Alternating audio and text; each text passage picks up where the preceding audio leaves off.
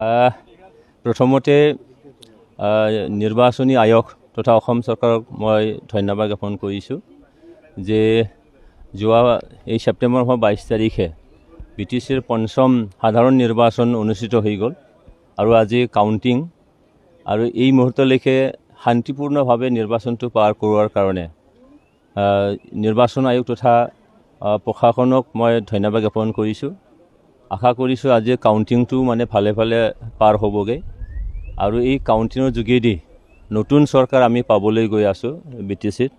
আৰু সেই চৰকাৰ নিশ্চিতভাৱে প্ৰমোদ বড়ো ডাঙৰীয়াৰ নেতৃত্বত চৰকাৰ হ'বলৈ গৈ আছে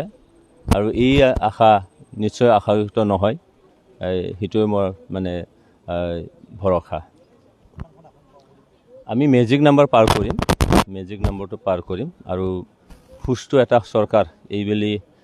আমি প্ৰমোদ বড়ো ডাঙৰীয়াৰ নেতৃত্বত গঠন কৰিবলৈ সক্ষম হ'ম। প্ৰথমতে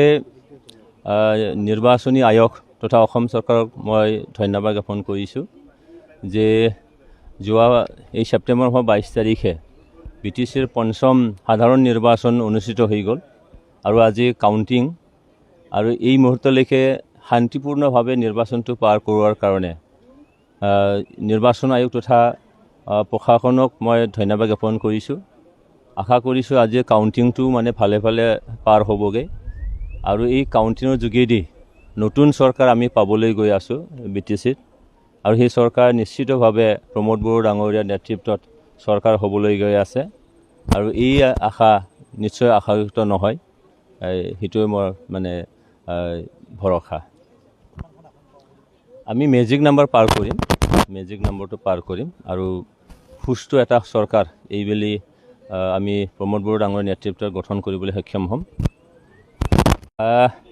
প্ৰথমতে নিৰ্বাচনী আয়োগ তথা অসম চৰকাৰক মই ধন্যবাদ জ্ঞাপন কৰিছোঁ যে যোৱা এই ছেপ্টেম্বৰ মাহৰ 22 তাৰিখে BTCৰ পঞ্চম সাধাৰণ নিৰ্বাচন অনুষ্ঠিত হৈ গ'ল